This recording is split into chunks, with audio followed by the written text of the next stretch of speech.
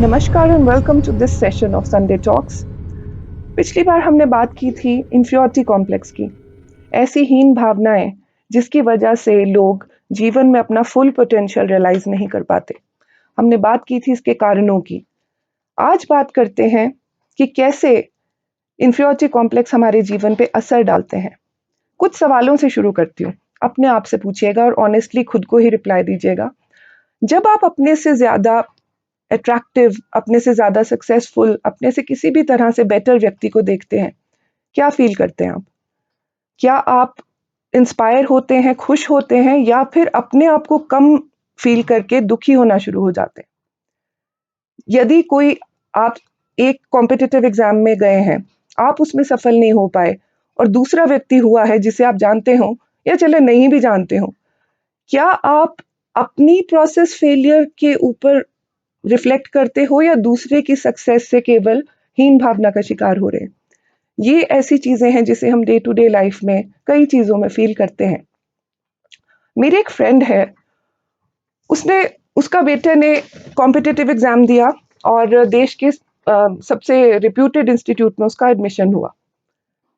कुछ दिन पहले मेरी फ्रेंड ने मुझे कहा कि उस बच्चे को पता नहीं क्या हो गया है, वो एकदम से चुप चुप रहने लगा है, लोगों से बात नहीं करता, अपने कमरे से भी बाहर नहीं निकलता।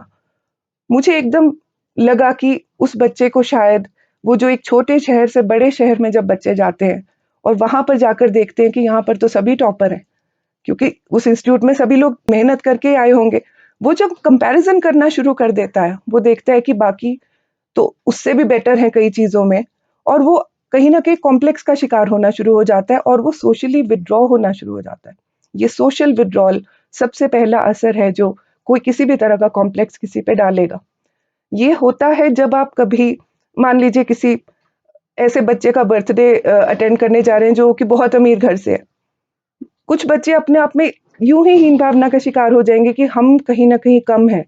वो अपनी क्वालिटीज के ऊपर गर्व करने के बजाय कुछ ऐसी चीजों से खुद को कंपेयर करने लग जाएंगे जिसकी जरूरत नहीं है। सोशल विड्रॉल के बाद आप देखेंगे कि ऐसे लोग बहुत ही ज्यादा चिड़चिड़े और इस किस्म के हो जाते हैं कि उन्हें हमेशा दूसरों को लेट डाउन फील कराने में मजा आता है। किसी की सक्सेस देखेंगे, किसी को अच्छा तैयार हुआ देखेंगे तो उन्हें लगेगा कि हम कुछ ऐसा बोलें कि वो आदमी अपने बारे में बुरा फील करे।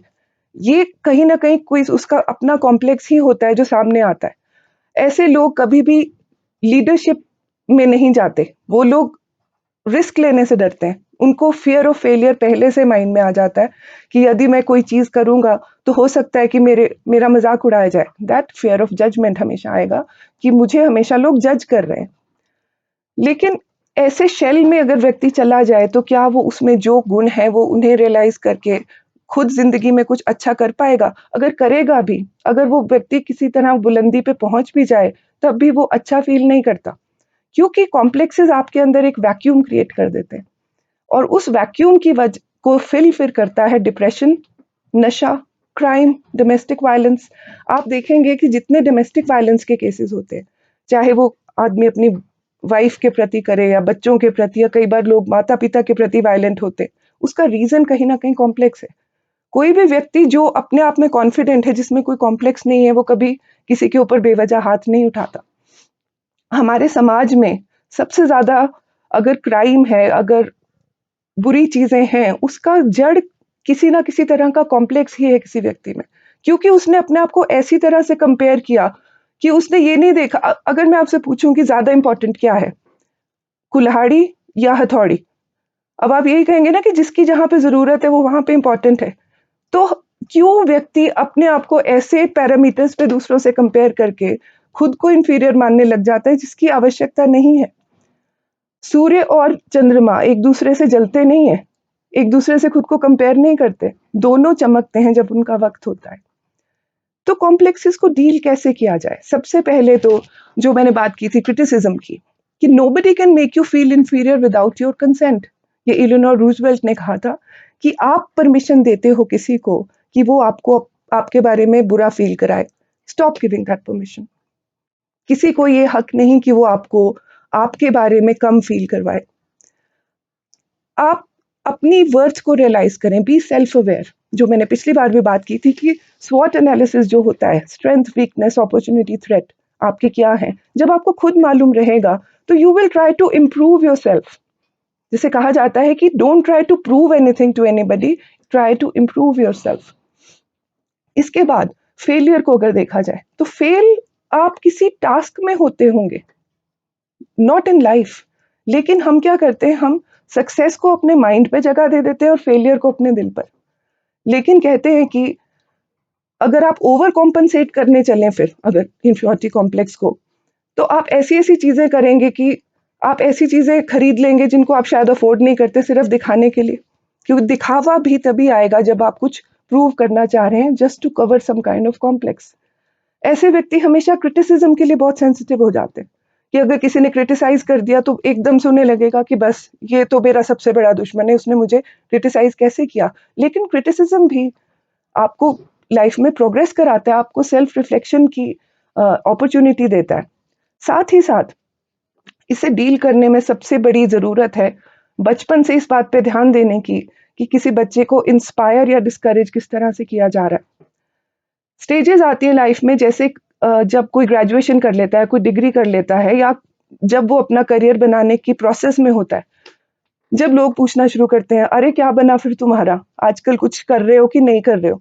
इस समय पे जो घर वाले लोग हैं, उसके फ्रेंड्स हैं, उसके टीचर्स हैं, वो किस तरह से उसे सपोर्ट कर रहे हैं, इसका बहुत असर पड़ेगा उस आदमी की मानसिकता पर कि क्या वो कहीं इंफीरियरिटी कॉम्प्लेक्स का शिकार होगा या फिर अपनी मेहनत से, अपने फोकस से और ये पहचान कर कि उसका इंटरेस्ट किस फील्ड में है, उस तरफ जाएगा। मैंने बहुत से व्यक्ति ऐसे देखे जो जिंदगी में बहुत उन्होंने अचीव किया, लेकिन उसके बावजूद वो बहुत ज्यादा परेशान और चिड़चिड़े किस्म के व्यक्ति हैं। वो क्या है, वो यही है कि वो कॉम्प्लेक्स उनको इतना हावी हो गया कि उन्हें अपनी अच्छाइयाँ, अपनी अचीवमेंट्स कभी अच्छी लगी नहीं, वो सिर्फ कंपैरिजन में ही रह गए। माँ बाप का रोल कैसे आता है, एक बड़ा मशहूर किस्सा है कि थॉमस एल्वा एडिसन जब स्कूल में थे, जिन्होंने लाइट बल्ब का इन्वेंशन किया, जब वो स्कूल में थे तो एक दिन उनके माताजी को एक चिट्ठी मिली स्कूल से। तो उन्होंने पूछा कि इसमें क्या लिखा है। तो उनकी मदर ने कहा कि इसमें लिखा है कि आपका बच्चा इतना इंटेलिजेंट और ब्राइट है कि इसको स्कूल आने की जरूरत नहीं है, तो ऐसी लाइफ में बहुत कुछ कर लेगा, तो आप कृपया इसे घर पे पढ़ाएं तो इसके लिए ज्यादा अच्छा रहेगा।